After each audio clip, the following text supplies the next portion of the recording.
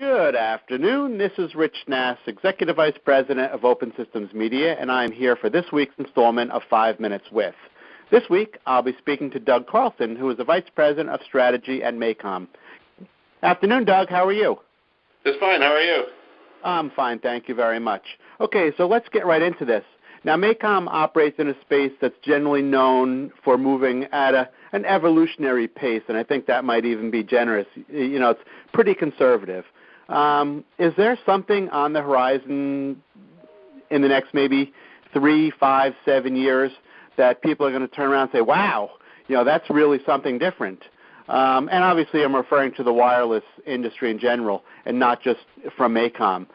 Anything out there that we should be planning for? Sure. I guess when I think back of the nature of the RF industry, it is very evolutionary, but it certainly has had very large inflection points that then lead to a period of probably 15 years of evolution. And if I think back, in the early 1990s, gallium arsenide was probably one of those evolutionary inflection points, which really created the entire commercial wireless industry we know today.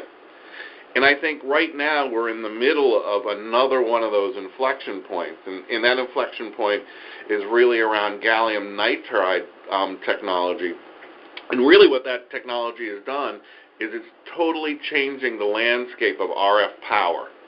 RF power used to be this esoteric, difficult, high-cost thing to go do. And what gallium nitride is really doing is changing the entire cost structure and paradigm of how you can manufacture RF high-power devices and opening up really an incredible array of new opportunities. The classic one is, golly gee, we use RF power in base stations for wireless communications, and yeah, it's going to have a big effect there for the architectures of base stations and stuff like that. But I think what's really more profound is how RF power and the commoditization of RF power is going to enable all kinds of RF energy applications.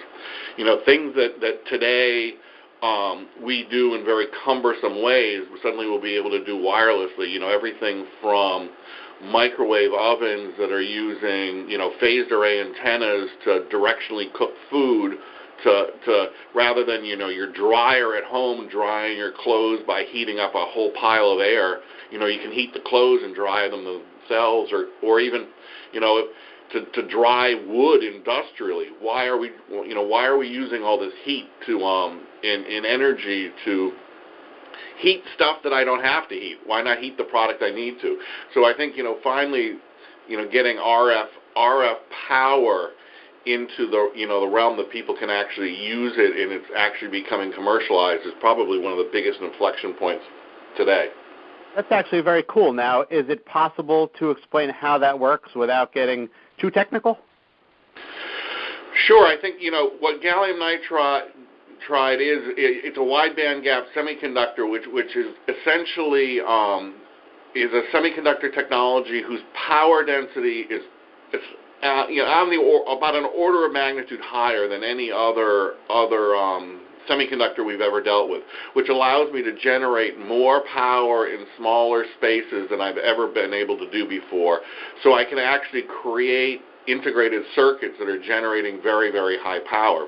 But probably the most important thing that gallium nitride has let us do is it's allowing us to exploit high-volume silicon fabrication facilities, facilities that run tens of thousands of wafers per week to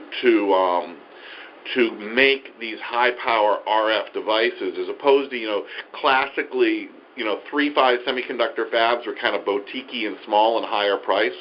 So it's really allowing this RF power technology to access manufacturing capability and capacity that's driven the cost dramatically down.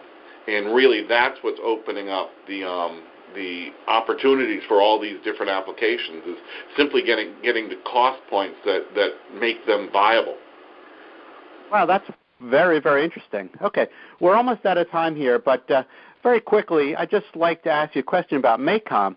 It's a company that's been around for a very long time, and it's constantly competing with the startups that have the ability to move very quickly. How does Macom, who's a bigger company constantly in acquisition mode, how do you compete with the smaller startups who have the ability to move on a dime? In many ways, I think I view Macom. It's kind of the startup that's been around for 60 years. It has a very, very entrepreneurial culture and is organized such that each of its business units really does operate in a very startup mode. So I think we can very effectively maneuver against the smaller entities. But I think what we really bring to the table is, because we've been around, because we understand the problems, and because we have such a robust product portfolio, when you walk into these large system OEMs, they can one-stop shop with Macom from everything from DC to light. And that's an enormous club that we have to fight with, as opposed to a lot of the startup guys. They have a great idea for one thing, but one thing doesn't make a solution. Very good. That's a very good answer. I'm afraid we're out of time. We have used up our 5 minutes. That was Doug Carlson, the Vice President of Strategy for Macom. I am Rich Nass with Open Systems Media. Thanks, Doug. Have a great day.